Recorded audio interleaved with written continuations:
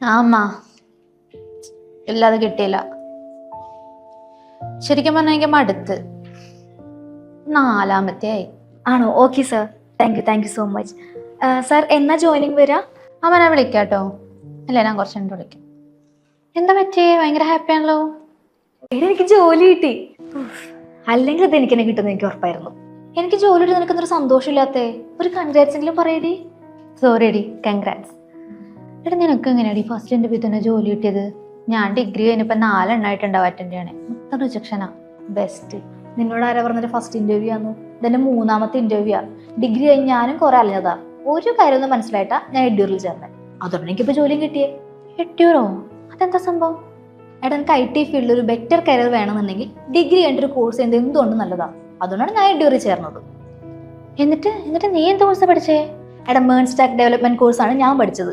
ഇവിടെ പഠിച്ച MongoDB, Express.js, Node.js എന്നിവയൊക്കെ യൂസ് ചെയ്ത് web application building, full stack application, front and back end development, പിന്നെ ഡാറ്റ മാനേജ്മെന്റ് തുടങ്ങി എല്ലാ ഫീൽഡിലും real time project management experience ആണ് നമുക്ക് കിട്ടുന്നത്.